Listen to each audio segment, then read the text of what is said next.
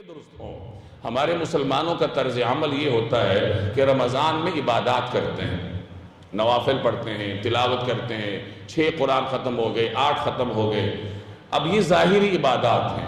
ان عبادات کا حقیقی فائدہ اس وقت ہوگا جب یہ آپ کے دل پر اثر انداز ہو، ورنہ وقتی طور پر تو اجر ملے گا لیکن دیر پا فائدہ آپ کو نہیں ہوگا۔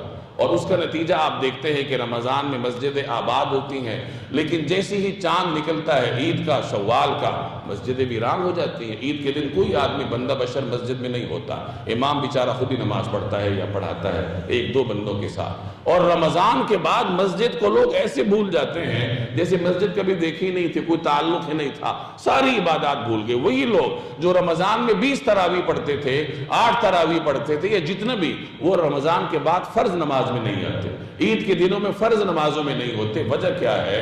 وجہ یہ ہے کہ عبادات تو کر لی ہے، ظاہری طور پر نیکیاں کمانے کی کوشش کر لی ہے، لیکن رویے کی اصلاح نہیں کی، دل کی اصلاح نہیں کی۔ اور جب رویے کی اصلاح نہیں کی تو رمضان کے بعد وہی آدمی ہوتا ہے، وہی اس کے کام ہوتے ہیں، وہی مادیت میں لتھڑا ہوا آدمی ہوتا ہے۔ بظاہر تو وہ مسجد بھی جا رہا ہوتا ہے لیکن اس کا رویہ نہ اللہ کے ساتھ ٹھیک ہوتا ہے، نہ گھر والوں کے ساتھ ٹھیک ہوتا ہے۔ خود غرضی اس کے اندر اتنی ہوتی ہے کہ کسی کو آگے جاتا ہوا دیکھ نہیں سکتا۔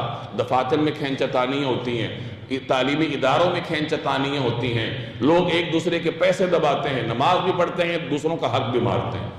تو یہ تمام تر جو ہمارے طرز عمل ہیں اس کے بنیادی وجہ یہ ہے کہ ہم اپنے رویوں کی اصلاح نہیں کرتے۔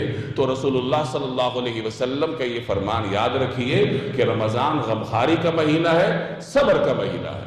غمخواری اور صبر اگر کسی آدمی نے اپنے اندر پیدا کر لیا تو وہ سمجھ جائے کہ میرا رمضان میرے لیے قیمتی ہو گیا۔ روزہ رکھ